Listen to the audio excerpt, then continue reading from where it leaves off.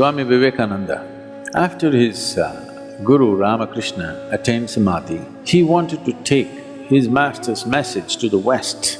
So, he wants to go and do this. But he wants to seek the permission of Sharada Devi, who was Ramakrishna's wife. She said, Naren, can you give me that knife? She said, I wanted to see how you will give the knife. You may go and spread the master's message.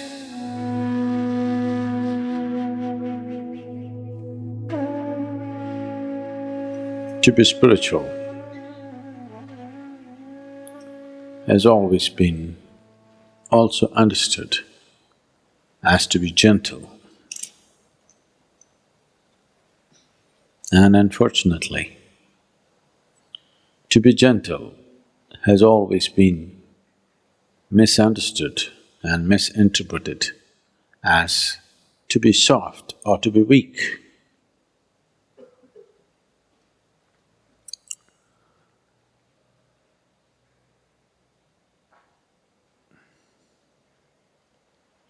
The weak are gentle, not by choice, because they're incapable of making a strong imprint, they're gentle. Gentleness is of value only when it's by choice. You're capable of being violent, but you choose to be gentle. That's of great value. You're incapable of violence. Now you're gentle. That's not of any great value because that's coming from a certain incapability. Today somebody was asking me, Sadhguru, why all the goddesses in India, always they have weapons in their hands?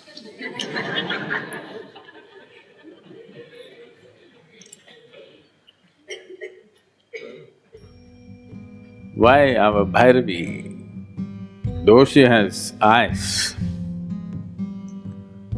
she doesn't have any weapons in her hands. 10 hands and no weapons. Because she's done with violence. You see the buffalo, Mahishasa, already conquered. So what needs to be treated brutally has been done. The beast has been killed. Now there is no need for weapons, so all hands free. So to bring yourself to this state, intense, not in a violent manner, intense, she's intense in victory, she's intense in energy, she's intense in her ecstasy. Her intensity is not violence.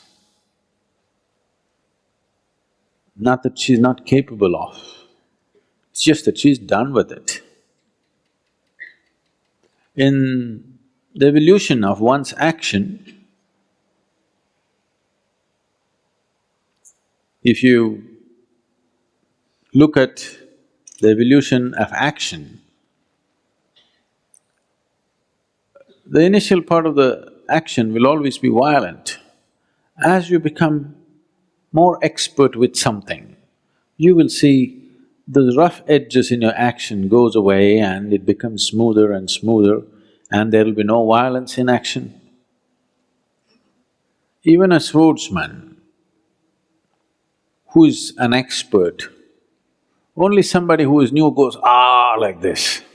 An expert will just flick it and it's done. There's no violence in the action.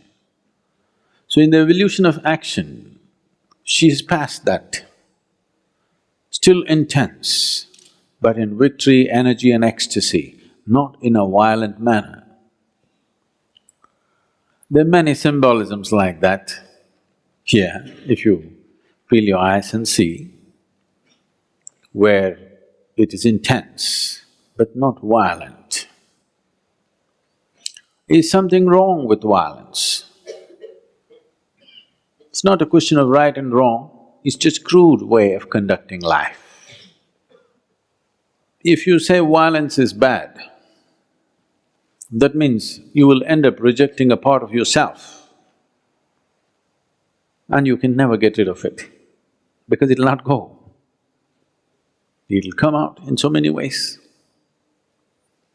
People who are very peaceful on the street, violent at home, if they are not capable of physical violence, they're verbally violent, they're violent in their thought and emotion in so many ways. So rejecting violence is not going to work. Evolving violence into a more sophisticated action. The need is not for violence, the need is for intensity. The need for that intensity is always there in every human being. If you do not refine that need for intensity and manage to experience that intensity by simply sitting in meditativeness or in devotion or in love or in simply pure action, if you do not find refinement and still find intensity, violence will erupt from you in so many different ways. You may not have the courage to get into a physical fight, but it will happen in so many different ways and life turns ugly. It will enter every sphere of your life and the way you take things and keep things, you will know whether you're gentle or violent, you know. There's a very beautiful incident which happened. I must have told you a few times. SWAMI VIVEKANANDA. All of you heard of SWAMI VIVEKANANDA? After his Guru Ramakrishna attained Samadhi, he wanted to take his master's message to the West. So, he wants to go and do this, but he wants to seek the permission of Sharada Devi, who was Ramakrishna's wife. He went to see her and she was busy cooking in the kitchen. When he went and said this, she was focused on what she was doing without looking up, she listened to him. He said, I want to go to the Western world and spread the message of my master. Shall I go? So without looking up from the chores that she was doing, she said, Naren, can you give me that knife? So he picked up the knife and gave it. He's a certain kind of person, so he gave it in a certain way. Not like that, he gave it in a certain way. She took the knife and kept it aside and she said, you may go.